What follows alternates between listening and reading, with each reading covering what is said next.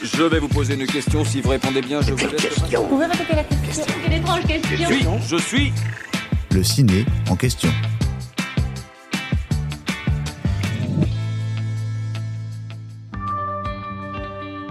Ultra riche, yacht de luxe, capitaine complètement fou, tempête, île déserte, on va évidemment parler de Sans filtre.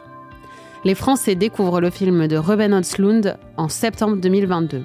Dans les salles obscures, les spectateurs embarquent sur une croisière de luxe avec un couple bling-bling de fashion victimes. Le pitch, Carl et Yaya, en couple, accessoirement mannequins et influenceurs, sont invités sur un yacht pour une croisière hors de prix.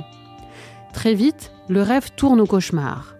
Les rapports de force entre les riches vacanciers et l'équipage à leur service s'inversent quand une tempête met le bateau sans dessus-dessous. Au casting, la regrettée et jeune actrice Charlbi Dan Crick dans le rôle de Yaya, Harris Dickinson dans le rôle de son copain Carl, ou encore Woody Harrelson dans le rôle du capitaine hors de contrôle. En France, le film fait environ 570 000 entrées, recevant un accueil plutôt favorable côté presse et spectateurs. Surtout, le film n'est autre que la Palme d'Or du Festival de Cannes 2022. Il s'agit d'ailleurs de la deuxième palme du réalisateur, qu'il avait déjà reçue 5 ans plus tôt pour The Square. La classe. Le titre français du film est plutôt limpide. Le terme fait ainsi référence aux réseaux sociaux et à leur vacuité, mise en avant par le couple formé par Carl et Yaya, puis à la seconde partie du film pour le moins sans filtre. Le titre original, lui, est plus énigmatique. Triangle of Sadness. Alors, d'où vient ce titre anglais, que l'on peut traduire par Triangle de tristesse ? Si vous avez vu cette savoureuse comédie satirique sur les ultra-riches, vous avez d'ores et déjà eu un début de réponse dès les premières minutes du film, surtout si vous l'avez visionné en version originale. Sinon, on vous explique tout en détail. En fait, la compagne du réalisateur, Sina Gorst, est photographe de mode.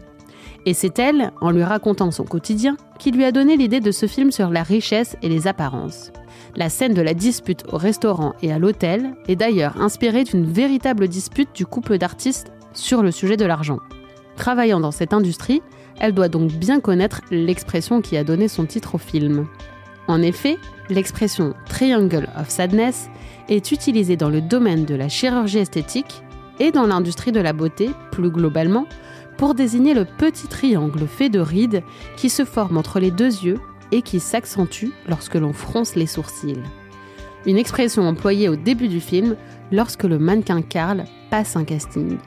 Au moment de la sortie du long métrage, le réalisateur Ruben Östlund racontait, pour le dossier de presse, « C'est un terme utilisé dans l'industrie de la beauté. Une de mes amies s'est retrouvée à côté d'un chirurgien esthétique dans une soirée et, après avoir jeté un coup d'œil rapide à son visage, il lui a dit « Vous avez un triangle de tristesse assez profond. Mais je peux arranger ça avec du botox en un quart d'heure. » Il faisait allusion à une ride entre ses sourcils. En suédois, on appelle ça la ride du souci. Elle serait le signe qu'on a eu beaucoup d'épreuves dans sa vie. J'ai trouvé que c'était révélateur de l'obsession de notre époque pour l'apparence et du fait que le bien-être intérieur est, d'une certaine manière, secondaire. Ainsi, avec Sans filtre, Ruben Östlund zoome sur l'importance de la beauté dans nos interactions sociales, autrement dit, le beauty privilège, et bien sûr, la richesse. Le réalisateur affirme toutefois ne pas vouloir pointer du doigt de manière trop manichéenne les ultra-riches dans son long métrage. Il est presque impossible de ne pas être influencé par les privilèges dont on bénéficie, a-t-il ainsi confié. Je crois à la gentillesse des gens riches. Les gens qui réussissent ont souvent une grande intelligence sociale, sinon ils ne seraient pas arrivés là.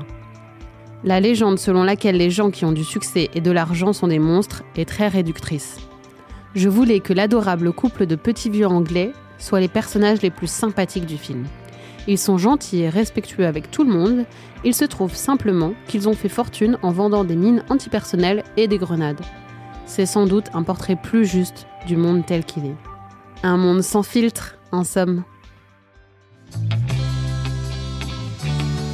J'espère que cet épisode vous a plu. Si c'est le cas, abonnez-vous sur votre plateforme d'écoute préférée pour retrouver de nouveaux épisodes chaque semaine. Et si vous en voulez plus, découvrez la télé en question et les séries en question sur les plateformes d'écoute et téléloisirs.fr. À bientôt.